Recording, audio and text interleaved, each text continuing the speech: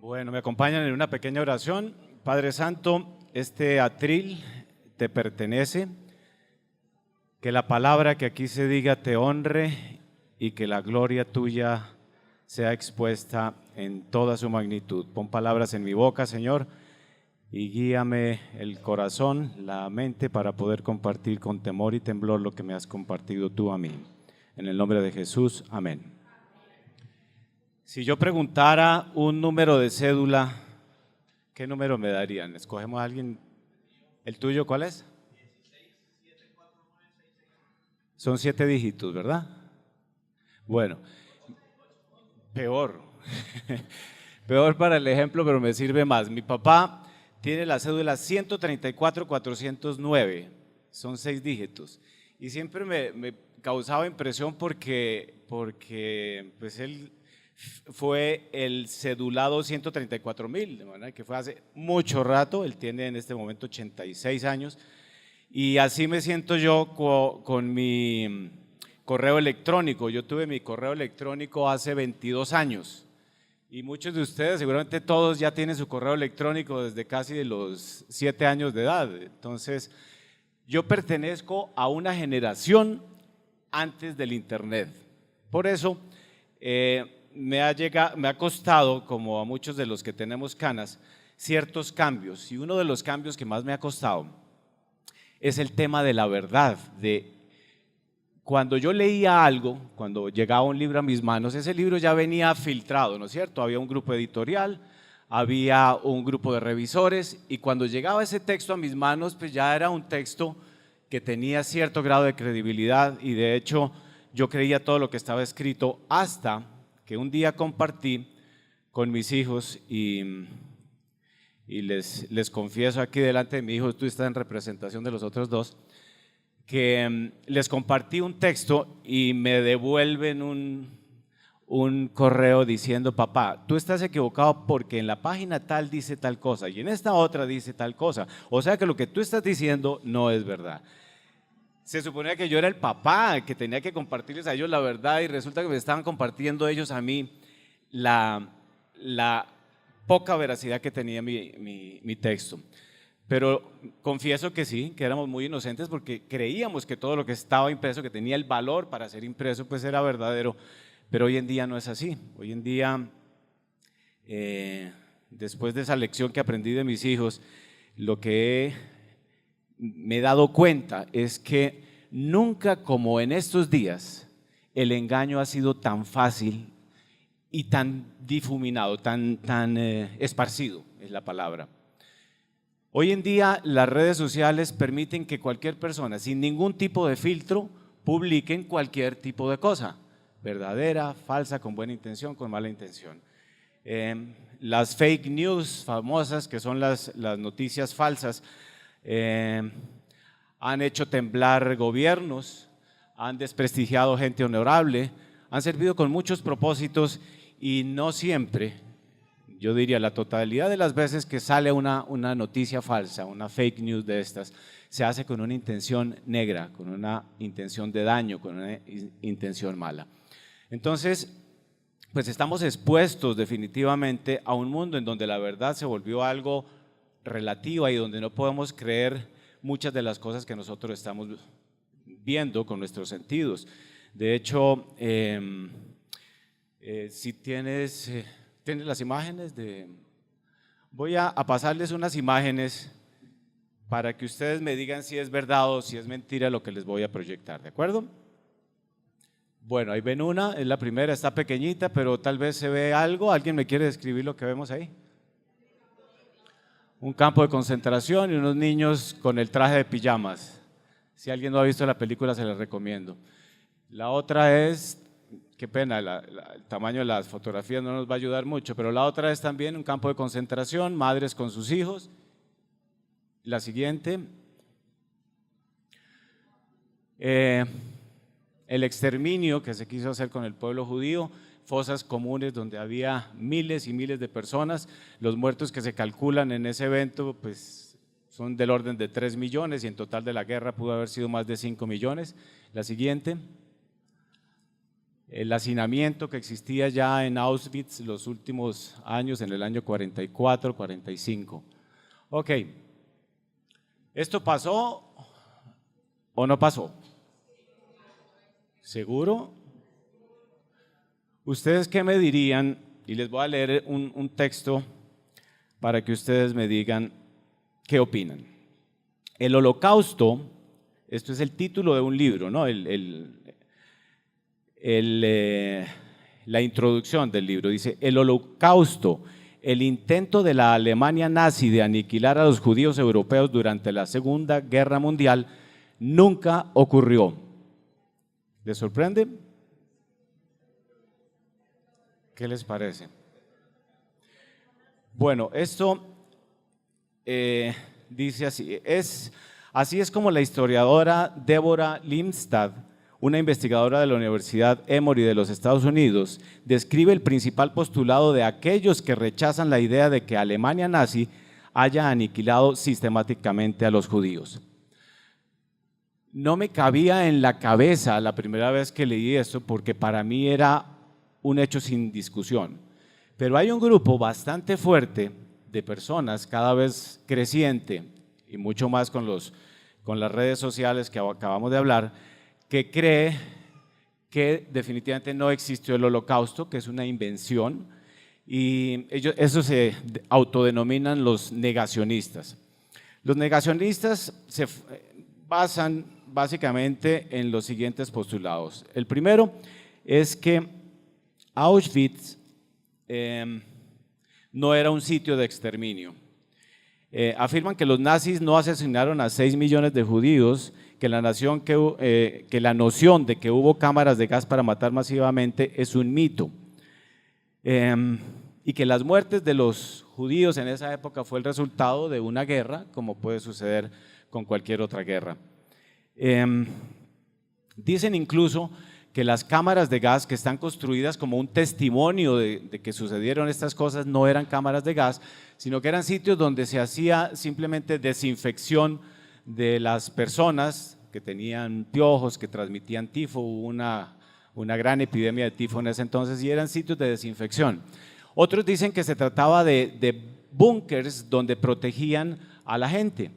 Lo curioso del tema es que un búnker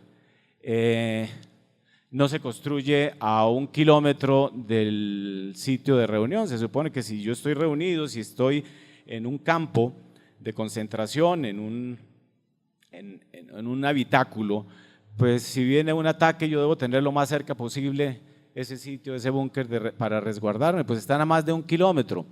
Aparte de eso, si era un búnker, debía pasar desapercibido para los ataques aéreos, y tienen torres, que eran las chimeneas por donde quemaban, donde salía el humo y las cenizas de los cuerpos que habían quemado. De manera que esa teoría definitivamente se desbarata sola, porque no existe la posibilidad de que eso sea así. Hay otros elementos, otros argumentos que utilizan los negacionistas, que tienen que ver con el hecho de que todos los testimonios escritos que existen son testimonios que se inventaron, que hubo un grupo de gente muy erudita, muy sabia. Gracias, si soy incoherente en lo próximo que digas porque se me voló la hoja. No, mentiras, es de las canciones. Sí, que había un grupo de gente muy inteligente, muy erudita, que se había encargado de regar simultáneamente en muchos países los documentos hechos por ellos para que se verificara, pues, que sí hubo un holocausto cuando no lo hubo. Esto cuesta mucho trabajo pensarlo, sobre todo cuando el testimonio clave, el documento clave que argumentaría que esto sucedió es la orden de Hitler escrita diciendo: hagan esta extinción de la raza judía. Ese documento no existe. De manera que es muy interesante ver cómo los argumentos que presentan en contra de los sucesos históricos pasan a ser a veces casi que ridículos, porque se caen por su propio peso. ¿A qué quiero llegar con este tema? Bueno, aparte de eso hay un museo que se llama La Memoria del Holocausto. En Israel existe un museo también del Holocausto que es muy diciente, con fotografías, con todo lo necesario para poder decir que sí, que existió un holocausto. Existen más testimonios y documentos de lo que sucedió en la Alemania nazi, de lo que puede haber para argumentar que existió Napoleón. Y no tenemos ninguna duda de que Napoleón existió. Entonces, ¿por qué dudarlo? Y cómo hay gente que puede ser persuadida o puede iniciar el proceso de desmentir una verdad histórica. ¿Cuál es la intención que hay detrás de ello? Hay dos conclusiones sobre este tema. El primero tiene que ver con que la verdad hoy en día es manipulable totalmente. Todo lo que leemos, todo lo que experimentamos incluso, porque ya hay realidades en 4D, 5D, hay estadios donde se proyecta el vuelo en Corea, el vuelo de un dragón por encima del estadio y todo el mundo lo puede ver, o sea que no podemos confiar ni siquiera en lo que nuestros ojos están viendo hoy en día. Todo es cuestionable y nada es una verdad absoluta. Repito, lo aprendí de mis hijos, gracias mijitos. Y la segunda tiene que ver con este evento particular del Holocausto. ¿Por qué el pueblo judío? ¿Por qué a lo largo de los siglos y de la existencia del pueblo judío ha habido varios imperios, varias fuerzas políticas y militares que han tratado de borrar del mapa la existencia de Israel? ¿Saben por qué? Si ustedes leen Apocalipsis, está lleno de profecías acerca del pueblo judío. ¿Ustedes se imaginan qué pasaría para nosotros poder sostener nuestra fe si un día desapareciera del mapa del pueblo judío? Apocalipsis no tendría sentido, todo está basado en el pueblo judío. De manera que la existencia del pueblo judío es una piedra en el zapato para un enemigo que está detrás de todo engaño. ¿Quién es? Satanás es el padre del engaño.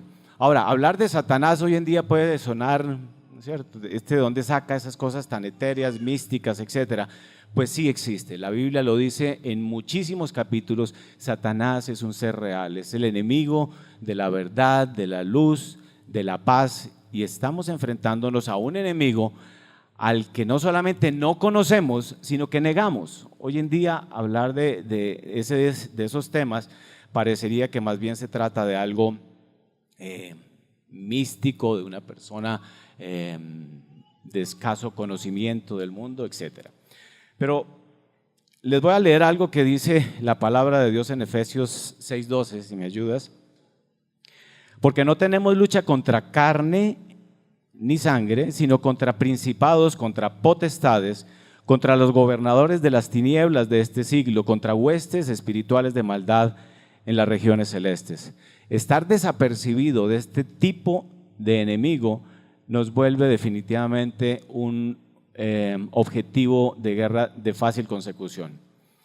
El otro está en 1 Corintios 2:14, dice: pero el hombre natural no percibe las cosas que son del Espíritu de Dios, porque para él son locura, y no las pueden entender, porque han de discernirse espiritualmente. Voy a poner un ejemplo de cuando uno prende un radio. Si uno prende un radio y María Cristina prende otro al lado mío, y yo lo sintonizo en 104 AM y María Cristina lo sintoniza en 104 AM, los dos vamos a escuchar exactamente lo mismo. Pero ¿qué pasa si María Cristina, como es más refinada y elegante, lo pasa a FM? Pues que lo que vamos a escuchar son cosas completamente distintas. Eso está pasando hoy en día con el tema de la cuestionabilidad de la existencia del Espíritu de Dios. Que el hombre se está limitando exclusivamente a lo que puede ver, a lo que puede observar, y se pierde la sintonía fina del tema espiritual. Entonces yo, sintonizando mi radio en FM, no podré nunca escuchar algo que está siendo emitido en AM. Por eso quise que los jóvenes nos acompañaran, porque pues esta charla es para todos los jóvenes, entendiendo jóvenes menores de 100 años. Entonces Todos clasificamos, y lo digo de verdad, porque es que todos, mientras estemos vivos, tenemos la misión y la posibilidad de cambiar nuestro entorno. Y si hacer cambios implica dinámica, implica juventud, pues todos somos jóvenes porque estamos en capacidad. Ay, ahora sí estamos en problemas. Estamos en capacidad de efectuar los cambios necesarios. Entonces queda claro que el hombre natural no percibe las cosas del Espíritu de Dios.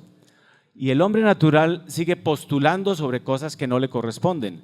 Y si no está sintonizado en la frecuencia del Espíritu, pues obviamente lo que vamos a ver es el resultado de una carnalidad, de una sabiduría humana, y no nos cuesta trabajo abrir el periódico y darnos cuenta a dónde nos está llevando nuestra sabiduría.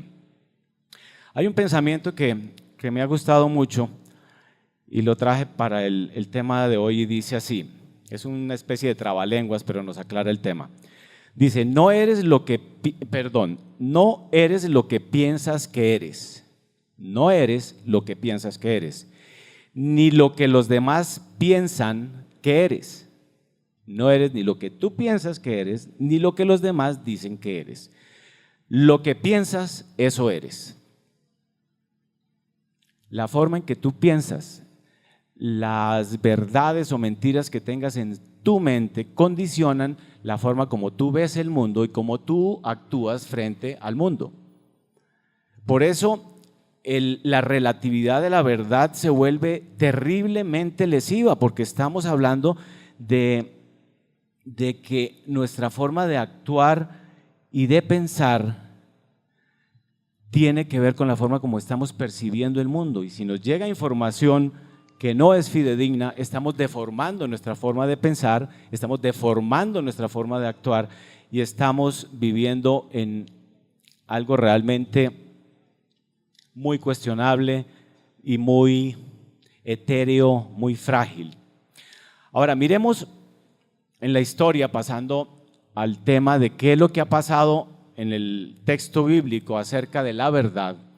Quiero revisar unos versículos con ustedes de qué es lo que ha hecho el hombre para ocultar la verdad, para deformar la verdad.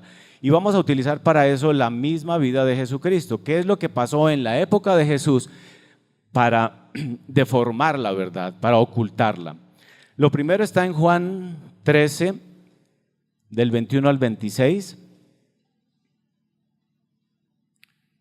Y dice así: habiendo dicho Jesús esto, se conmovió en espíritu y declaró y dijo: de cierto os digo que uno de vosotros me va a entregar. Entonces los discípulos se miraban unos a otros, dudando de quién hablaba. Me salto al 25. Él entonces, recostado cerca del pecho de Jesús, le dijo: Señor, ¿quién es? El discípulo amado de Jesús le preguntó. Y Jesús respondió: a quien yo diera el pan mojado, aquel es. Todos sabemos la historia de Judas Iscariote. Y Judas Iscariote vivió, caminó y observó de viva voz y en vivo y en directo los milagros que hizo su maestro. Y fue capaz, por 30 monedas de plata, de vender la verdad, de vender lo que él veía y observaba como alguien prodigioso que estaba afectando no solamente su vida, sino la vida de toda esa comunidad, de todo el entorno y obviamente más adelante del mundo entero. Y miremos, para reforzar este concepto del dinero afectando la verdad, Mateo 28, 10. Dice: entonces Jesús les dijo: no temáis, id, dad las nuevas a mis hermanos para que vayan a Galilea y allí me verán. Mientras ellas iban, he aquí, unos de la guardia fueron a la ciudad y dieron aviso a los principales sacerdotes de todas las cosas que habían acontecido.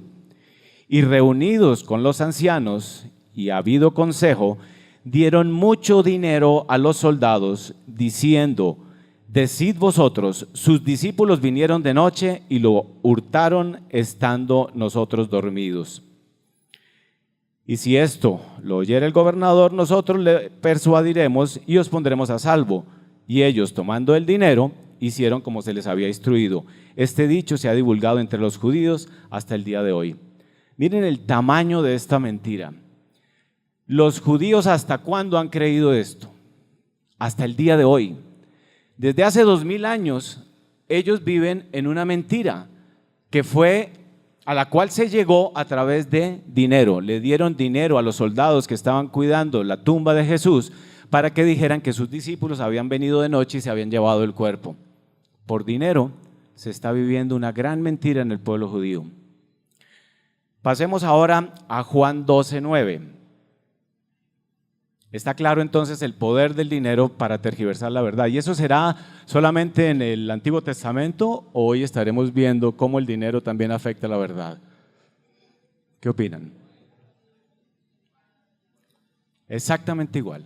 Hoy en día el poder del dinero puede transformar verdades absolutas. En esto de la relatividad de la verdad, he oído fuentes científicas de ambos lados, unos aseverando que sí existe el calentamiento global, que ahora se llama cambio climático, y otros que dicen es la gran mentira del siglo. Créanme, yo hoy en día, parado acá, no sabría decirles a ciencia cierta si existe calentamiento global o no existe. También porque me he vuelto un poquito escéptico sobre las cosas que estoy leyendo. Entonces, Juan 12:9 dice: gran multitud de los judíos supieron entonces que él estaba allí y vinieron, no solamente por causa de Jesús, sino también para ver a Lázaro, a quien había resucitado de los muertos.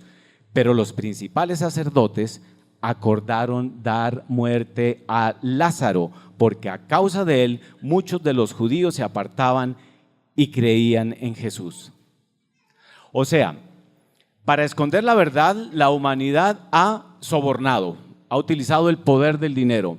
Para ocultar la verdad, la humanidad ha recurrido al asesinato, como lo vemos acá, porque había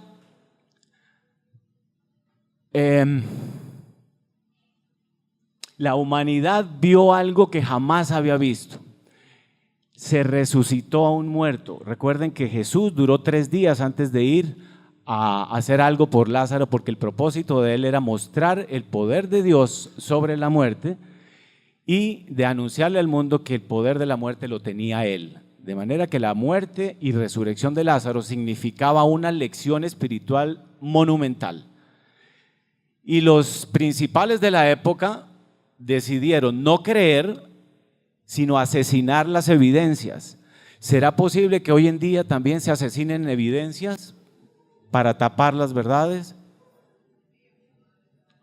Mis jóvenes queridos, estamos viviendo un mundo muy complicado en donde el área espiritual está pasando a ser algo místico, etéreo, motivo de burla, etc. Yo los valoro y los admiro muchísimo porque estar buscando la palabra de Dios y estar tú aquí sentada, me refiero a ti, a todos los jóvenes que están aquí sentados, requiere de mucho valor y requiere de la fuerza que solamente les puede dar el Espíritu, y ahorita voy a explicar un poquito más sobre eso, porque los enemigos son tremendos. Estamos combatiendo contra el dinero y contra la posibilidad o la capacidad que tienen los enemigos de la verdad, incluso de asesinar.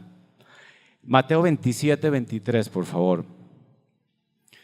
Y el gobernador les dijo: pues qué mal ha hecho. Pero ellos gritaban aún más diciendo: sea crucificado. Viéndolo Pilato, que nada adelantaba, sino que se hacía más alboroto, tomó agua y se lavó las manos.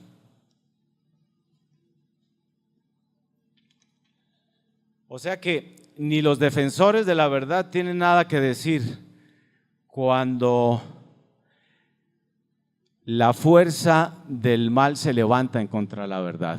Este hombre, que era el gobernador de un imperio que estaba sobre el pueblo judío, decidió simplemente lavarse las manos y hacer que el justo fuera asesinado, para ocultar evidencias, para quitar toda posibilidad de que creyeran en la persona y en lo que esa persona decía, refiriéndome a Jesucristo.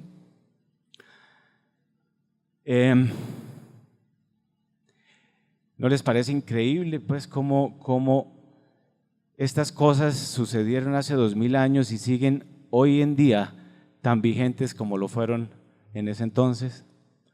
¿Hoy en día seguirá pasando algo parecido? Por supuesto que sí. Ahora, uno diría, bueno, lo que pasa es que esas personas eran unos totales incrédulos. ¿Cómo es posible que Judas Iscariote, habiendo conocido a Jesús y compartido con él el camino, habiendo visto cómo sanó enfermos, resucitó muertos, multiplicó panes y peces, etcétera, cómo fue que Judas Iscariote no fue capaz de creer? Ese tipo era muy raro, ese tipo era algo muy extraño. Créanme que estoy convencido de que si Jesús apareciera hoy en día haciendo los mismos milagros, dudaríamos exactamente igual de su poder para ejercer cambios. En Juan 12:28 hay un ejemplo interesante de esto. Dice: Padre, glorifica tu nombre. Entonces vino una voz del cielo: lo he glorificado y lo glorificaré otra vez. Y la multitud que estaba allí y había oído la voz decía que había sido un trueno. Otros decían: un ángel le ha hablado. Respondió Jesús y dijo: no ha venido esta voz por causa mía, sino por causa de vosotros. Yo creo que si hoy en día viniera la voz poderosa de Dios sobre nosotros a anunciarnos una verdad, también algunos de nosotros estaríamos diciendo: no, eso fue un trueno. Yo no oí nada de vos. Otros dirían: no, sí, aquí hay algo raro, pueden ser ángeles que están hablando. Pero el Padre era muy claro en decir: lo he glorificado y aún hoy lo voy a glorificar. De manera que yo pienso que la voz de Dios, dicha con su total poder, tampoco sirve cuando se trata de que la mentira se ha enquistado en nuestro corazón, cuando nuestro corazón se ha endurecido a punta de creer mentiras. Veamos en Juan 12:37, dice: pero a pesar de que había hecho tantas señales delante de ellos, no creían en él. Para que se cumpliese la palabra del profeta Isaías, que dijo: Señor, ¿quién ha creído a nuestro anuncio? ¿Y a quién se ha revelado el brazo del Señor? Por esto no podían creer, porque también dijo Isaías: cegó los ojos de ellos y endureció su corazón, para que no vean con los ojos y entiendan con el corazón y se conviertan y yo los sane. ¿Ustedes se acuerdan de toda la historia de el faraón que detuvo al pueblo judío, no lo dejaba salir, milagro tras milagro, peste tras peste? Dios había probado de muchas formas su poder para contrarrestar todas las pestes que caían sobre el pueblo. Sin embargo, él una y otra vez se negaba a creer, hasta el punto que dice en la palabra que el corazón del faraón fue endurecido. Hoy en día, jóvenes queridos, puede pasar exactamente lo mismo. Nuestro corazón se endurece a punta de escuchar falsedades, a punta de oír falsas verdades que nos dicen sobre la libertad sexual, sobre nuestro derecho a nuestro cuerpo, sobre el derecho que tienen las mujeres de decidir un aborto o no. Ante todo ese tipo de cosas que son falsas en la perspectiva de la Biblia, podemos estar endureciendo poco a poco el corazón de nuestros jóvenes hasta dejarlos en el punto en el que ni siquiera un trueno de la voz de Dios podrá cambiar lo que ellos han decidido albergar y creer. Y llegará el día, como dice el versículo que acabamos de leer en Juan 12:40, dice: cegó los ojos de ellos y endureció su corazón, para que no vean con los ojos y entiendan con el corazón y se conviertan y yo los sane. Un día ni siquiera lo que nosotros veamos y escuchemos, que ha sido hasta este momento incluso la base de la ciencia. La ciencia se basa en lo que puede ser medible y observable. Llegará el día en que ni lo observable va a ser un argumento para creer en la verdad, porque nuestro corazón va a estar tan endurecido que lo que veamos va a estar filtrado por un corazón que no cree. Y nada de lo que vea, ni nada de los argumentos que escuche van a cambiar esa opinión. Van a estar tan endurecidos que van a crear una vacuna completa contra la verdad. Incluso, para acortar un poco el tiempo, traía toda la historia de Lázaro, el hombre, el mendigo, que al mismo tiempo con un rico de su época murieron y ambos se fueron a sus respectivos lugares. El uno se fue a un lugar de sufrimiento y el otro se fue a la presencia de Dios. Y en el versículo 31,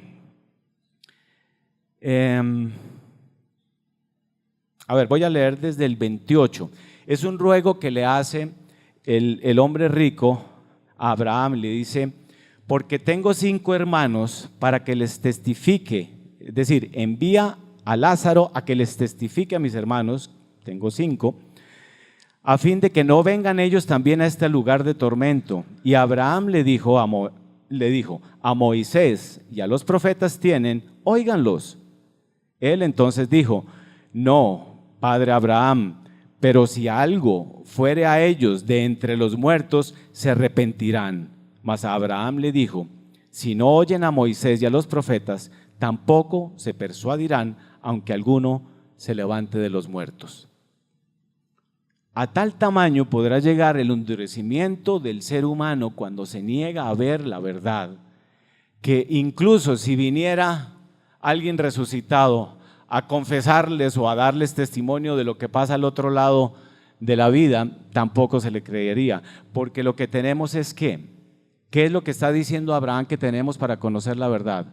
No el anuncio de los muertos, sino los profetas y la palabra. Si no le creen a los profetas, si no le creen a la palabra, tampoco le van a creer, aunque los muertos resuciten y vengan a dar testimonio de lo que han visto.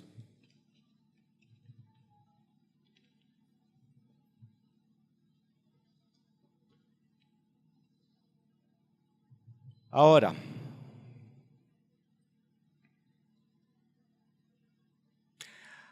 hay una razón por la cual la verdad se oculta, siempre habrá un propósito.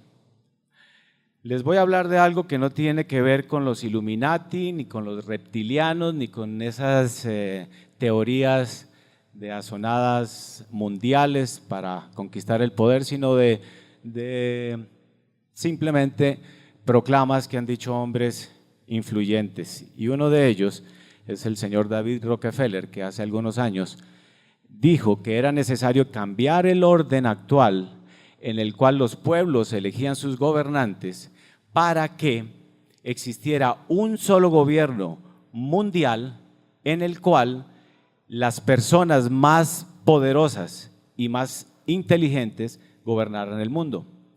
¿Coherente? Perverso, pero coherente. ¿Quién no diría, hombre, es razonable que una persona que tiene el poder económico para, no sé, invertir en desarrollo, invertir en construcción, invertir en investigación, pues sea quien maneje los destinos del mundo? Y mucho más si esa es una persona que ha probado inteligencia y que es capaz de administrar los recursos de la mejor manera.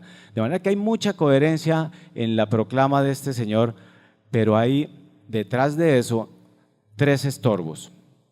El primer estorbo que tendría ese cambio global tiene que ver con el celo de países, tiene que ver con la identidad nacional. ¿Quién hoy en día diría, a partir de hoy tú vas a ser venezolano? Un momentico, no, yo nací en Colombia, yo soy colombiano y yo quiero morir como colombiano. ¿Qué presidente de una nación cedería que otro director de otra nación o de un grupo de naciones dirigiera el suyo? No, un momentico, yo fui elegido para gobernar mi país y para hacer los cambios que yo considere necesarios. Tengo esa misión. De manera que el primer estorbo que tendría una ideología de globalización, no globalización comercial, sino de globalización del poder en el mundo, tendría que ver precisamente con este celo nacional, con la identidad nacional. Entonces veremos en el futuro ataques precisamente a la identidad nacional. El segundo problema o inconveniente que tiene esta implementación de esta verdad universal es la misma familia. La familia ha sido una entidad supremamente atacada en los últimos años. La constitución de una familia de papá, mamá e hijos está en teoría mandada a recoger, es anticuada, eso no funciona. Si yo vivo con un grupo de amigos con los cuales tengo identidad ideológica y de gustos y de proyectos, esa es mi familia y ellos me adoptan a mí como parte de la familia y yo los adopto a ellos como mi familia. Entonces vamos a ver también en los próximos años cómo el ataque de esta verdad falsa de que la familia es distinta a la que hemos conocido va a proliferar y va a tener muchísimo eco en el mundo. Y el tercer elemento que se constituye en un estorbo para esta agenda es el cristianismo. ¿Y por qué el cristianismo? Porque el cristianismo no es una religión que pueda desvirtuarse o atacarse en cabeza de un ser humano. La cabeza que tenemos todos los que seguimos a Cristo no es sino una: Cristo. ¿Quién es el pastor de esta iglesia? Cristo. ¿Quién es la cabeza de la Iglesia Universal? Cristo. Estimado pastor, lo digo en término amplio, ¿no? La verdad es que esa agenda global tiene que combatir estos tres elementos: la identidad nacional, la familia y por último el cristianismo. Porque el cristianismo, repito, no es una religión. El cristianismo ha demostrado ser lo que es porque su líder principal venció la muerte. No hay ningún otro líder espiritual, ni el Dalai Lama, ni Siddhartha Gautama, ni ninguno de los líderes de las religiones mundiales puede certificar su resurrección. De Jesús no quedó la menor duda de que había derramado hasta la última gota de sangre. Cuando ya estaba muerto lo atravesaron con una lanza y ya no salió sangre sino agua, ¿recuerdan? La última gota de sangre fue derramada por nuestra cabeza, por nuestro guía espiritual, por nuestro Dios y Salvador, por nuestro buen Jesús, por el Dios de dioses y el Rey de reyes. Lo demás es sabiduría humana que, pretendiendo ser sabio, se hace necia. De manera que nosotros como cristianos tenemos uno de los estorbos de esta agenda mundial en nuestras manos. El tener la verdad en nuestras manos haría la gran diferencia. Ahora, hace poco me llegó un mensaje que consideré bien interesante. Decía, a ver, pero ¿por qué mataron a Jesús? Había una novela, ahora me estoy acordando, que decía, ¿por qué mataron a Betty si era tan buena muchacha? ¿Se acuerdan? Los canosos nos acordamos de eso. Bueno, ¿por qué mataron a Jesús si era tan buen muchacho? Él no hizo nada malo, sanó enfermos, resucitó muertos, toda su obra fue de bondad y fue una obra benéfica para los que estaban a su alrededor. ¿Saben por qué lo mataron? Porque la luz estorba en las tinieblas, porque vino a traer un mensaje de esperanza, de paz que no era capaz de brindar la sociedad que existía en ese momento. La religiosidad, el poder económico, el poder del imperio romano no eran capaces de dar la paz y la luz que Jesús vino a dar. Y por eso, mis estimados jóvenes, cuando ustedes llegan a sus colegios o a sus ámbitos de amigos y dicen que son cristianos, se les van a burlar, los van a criticar y van a tener que ser muy valientes para poder sostener que ustedes son seguidores de Cristo. Eso, ¿por qué es tan atacado? Porque estorba, porque yo recuerdo que los que más hacían bullying eran, por lo menos en mi colegio, aquellos que se escondían en el baño a fumar marihuana, pero eran los que se sentían con el poder de criticar a los demás por santurrones y por hijos de papi y lo que quieras. Entonces la maldad siempre va a hacer escarnio de la verdad y ustedes van a tener que enfrentar esa realidad, que se van a burlar de ustedes porque la luz incomoda, así como Jesús incomodó a los religiosos de su época, a los poderosos de su época. Su vida de verdaderos cristianos, de jóvenes que respetan la palabra de Dios, va a estorbar, va a escocer y no le va a gustar a quienes quieren seguir en su vida inmunda. Y no digo con inmunda una grosería, o no quiero que lo interpreten como palabra disonante. Inmunda quiere decir inmundo, en el mundo. Hay amigos de ustedes que andan en el mundo, es una vida inmunda, y hay amigos de ustedes que buscan la dirección del Espíritu. Con esos métanse, con esos júntense. O si se van a acercar a los otros, que sea como lo hizo Jesús, para traerlos, no para llevarlos, como vamos a ver, no para que ustedes sean llevados, como vamos a ver más adelante.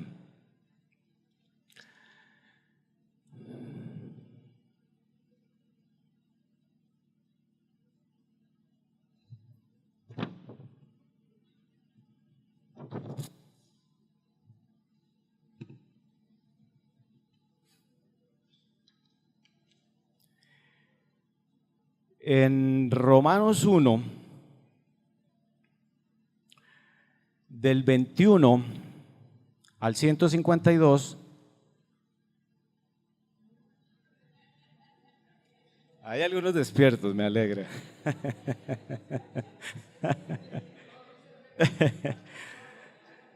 Todos se quedaron en silencio. ¿No ve que creen las cosas sin verificarlas?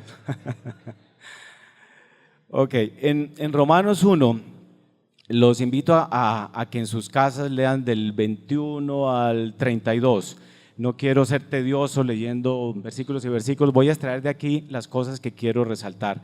En el versículo 24, o voy a leer el 21, dice: pues habiendo conocido a Dios, no le glorificaron como a Dios ni le dieron gracias, sino que se envanecieron en sus razonamientos y su necio corazón fue entenebrecido. Es un resumen de lo que hemos visto. Profesando ser sabios, se hicieron necios y cambiaron la gloria de Dios incorruptible en semejanza de imagen de hombre corruptible, de aves, de cuadrúpedos y de reptiles. Y aquí es lo que quiero resaltar. En el 24, en el 26 y en el 28 dice exactamente lo que Dios va a hacer en función de que el hombre se cree demasiado sabio, más sabio que Dios, y entonces Dios dice: bueno, ¿qué voy a hacer con estos? Bueno, el 24, el 26 y el 28 nos dice qué fue lo que hizo Dios frente a esta sabiduría humana que pretendía desplazarlo de la verdad. En el 24 dice: por lo cual también Dios los entregó a la inmundicia en las concupiscencias de sus corazones. En el 26 dice: por esto Dios los entregó a pasiones vergonzosas, pues aún sus mujeres cambiaron el uso natural por el que es contra naturaleza. Y de igual modo, también los hombres, dejando el uso natural de la mujer, se encendieron en su lascivia unos con otros, cometiendo hechos vergonzosos hombres con hombres. Y en el 28 dice: y como ellos no aprobaron tener en cuenta a Dios, Dios los entregó a una mente reprobada para hacer cosas que no convienen.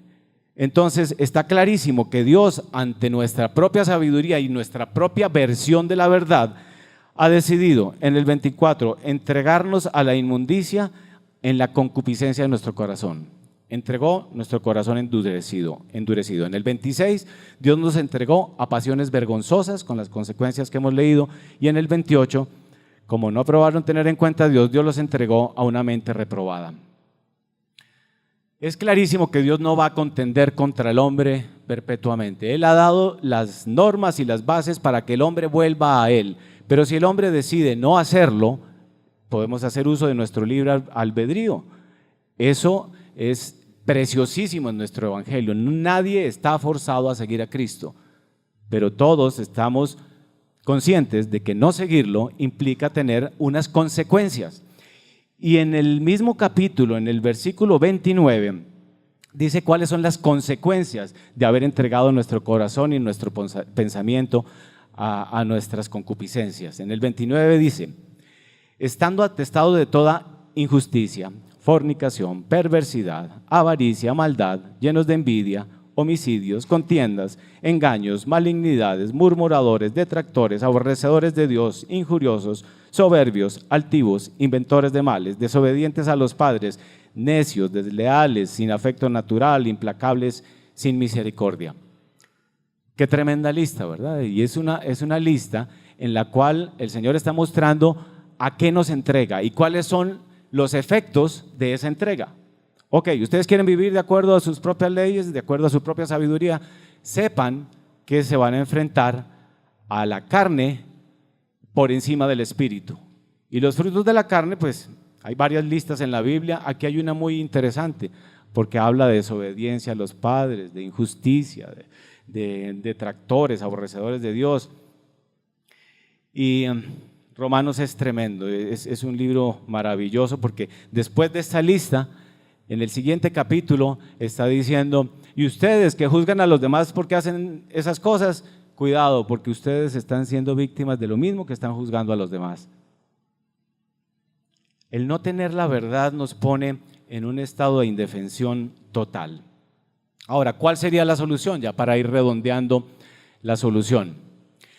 La primera está en Romanos 12 y dice en el versículo 2, no se conformen a este siglo, sino transfórmense por medio de la renovación de vuestro entendimiento para que comprobéis cuál sea la buena voluntad de Dios, agradable y perfecta. No os conforméis a este siglo. No adapten su forma de pensar a lo que todos en su medio, en su colegio, en su universidad, en su trabajo piensan. No se adapten al pensamiento de los demás. Revalúen todas las cosas que no son verdad del común denominador del pensamiento humano del siglo XXI y evalúenlas, reevalúenlas y vuélvalas a evaluar, porque de eso depende lo que ustedes piensen y lo que ustedes son. ¿Son una mentira, jóvenes? ¿Somos una mentira como cristianos? Claro, en la medida que nosotros dejemos que las mentiras entren en nuestra mente, seremos una mentira. Acuérdense que no somos lo que creemos que somos ni lo que los demás creen que nosotros somos, sino lo que pensamos, eso somos. ¿Qué vamos a dejar que entre a nuestra cabeza? Pues solamente la verdad, porque si lo que pensamos somos, pues yo no voy a dejar que entre agua sucia porque terminaré siendo ¿qué? Agua sucia. Y en lugar de llevar luz y en lugar de llevar salud, lo que voy a estar llevando es podredumbre y mentiras. En Jeremías 15:19 dice, por tanto así dijo Jehová, si te convirtieres, yo te restauraré y delante de mí estarás, y si entresacares lo precioso de la vil, serás como mi boca, conviértanse ellos a ti y tú no te conviertas a ellos. La advertencia está clarísima. Tengan la valentía, tengan la firmeza de saber que ustedes andan en la verdad y que los demás deben convertirse a su forma de pensar y no nosotros convertirnos a la forma de pensar de los demás. ¿Cuánta responsabilidad hay en nuestras manos? Y bueno, los que tenemos, como en mi caso, 63 añitos, tendremos que, según la expectativa de vida, quizás unos 20 años para influir, para afectar nuestro entorno. Ustedes jóvenes con una expectativa igual de 80, 90 años tienen en este momento 70 años por delante para efectuar los cambios que necesitan, pero tienen que saber que tienen que tener en su mente la verdad y defenderla como sea.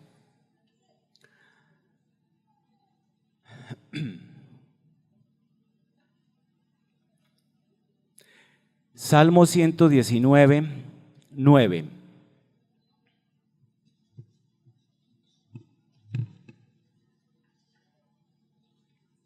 ¿Alguien me lo quiere leer para que haya por fin una voz dulce en la última media hora?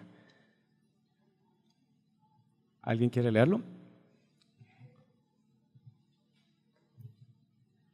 ¿Con qué limpiará el joven su camino? Con guardar tu palabra.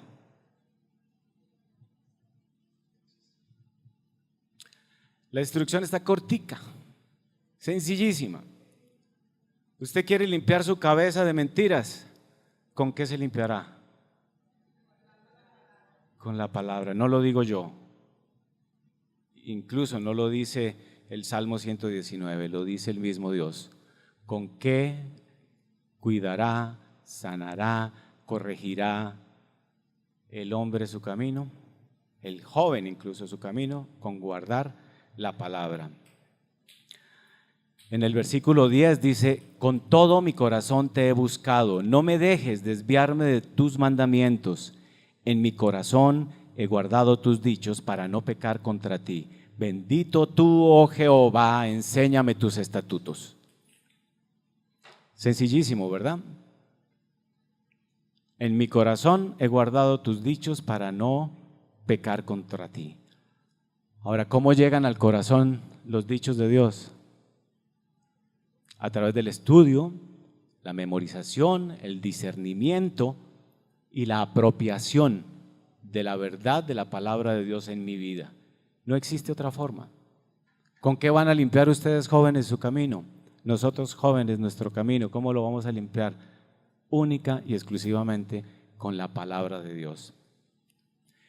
Ahora, voy a leerles el último versículo para los que tienen hambre. Se me acomoden y se entusiasmen que ya llega el almuerzo. Está en Romanos 1 del 16 al 20. Otra voz dulce y valiente.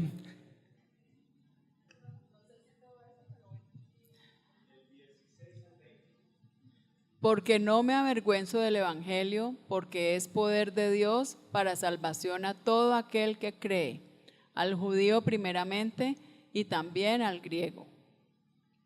Porque en el Evangelio la justicia de Dios se revela por fe y para fe, como está escrito: mas el justo por la fe vivirá.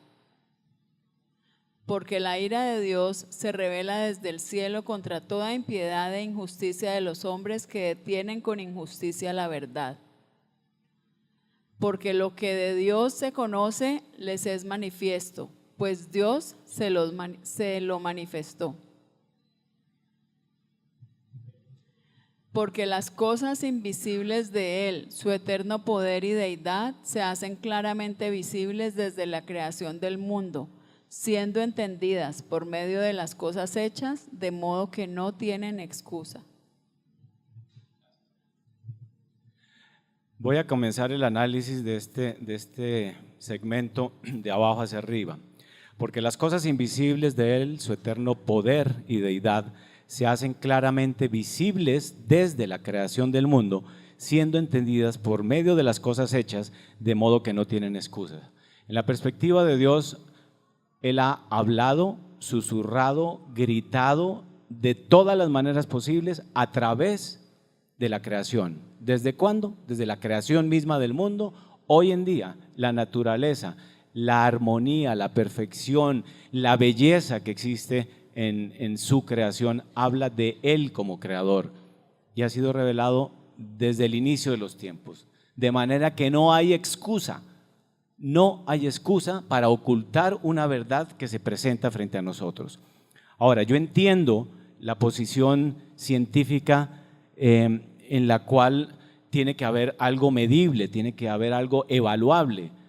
Por eso es entendible que si no se puede percibir con los ojos o se puede medir con un aparato, pues para la ciencia no existe, no porque la ciencia sea corta, no porque la ciencia sea escasa, sino porque no tiene sino una capacidad limitada a lo que puede medir y a lo que puede experimentar. En este tema estamos hablando de cosas que no son medibles. ¿Quién puede medir la belleza de un ave? ¿Quién puede medir la delicia del aroma de una flor? Existirán muchas cosas que pueden ser medibles, pero aquello que viene del Espíritu de Dios, lo menos que podemos esperar es que nos transmita las cosas maravillosas de Dios que no son medibles ni evaluables. Bueno, creo que un día la ciencia se unirá con lo medible porque dice que en los últimos tiempos todo ojo le verá, de manera que entrará a nuestro campo de sensorial y podremos ver con nuestros ojos lo que antes era algo etéreo, divino y espiritual. Pero quiero terminar con el Romanos 1:16. Y ese está por entero dedicado a todos aquellos que conocemos la palabra, pero en algún momento creemos que no tenemos los argumentos necesarios para defender nuestra fe, o pensamos que quizás van a pensar mal de nosotros, o quizás vamos a pensar que vamos a tener que cambiar cosas que nos gustan en la vida, que nos dan placer, pero que al someternos a la verdad de Dios vamos a tener que renunciar. Dice, porque no me avergüenzo del Evangelio, porque es poder de Dios para salvación a todo aquel que cree, al judío primeramente y también al griego. ¿Por qué menciona al judío y al griego? Porque está hablando de un concepto universal. Yo no me avergüenzo del Evangelio porque es poder de Dios para salvación de todo el mundo, de todas las mentiras que estamos viviendo, de toda la calamidad y la catástrofe que estamos haciendo en este mundo. El Evangelio es el poder de Dios para salvación de ese medio. Quiero recalcar el hecho de que es poder de Dios. ¿Ustedes alguna vez se imaginaron tener entre su bolsillo o en su corazón el poder del mismo Dios creador del universo? ¿Podré yo entonces avergonzarme de ese poder que está radicado en mi corazón? A menos que yo no comprenda lo que eso significa, me va a dar vergüenza defender. Pero si yo entiendo que es el poder mismo de Dios para salvación a un mundo que vive en mentira y en oscuridad, no me voy a avergonzar, jamás. Bueno, si hay una sesión de preguntas ahora, el pastor les va a responder todas con mucho gusto. Gracias, pastor.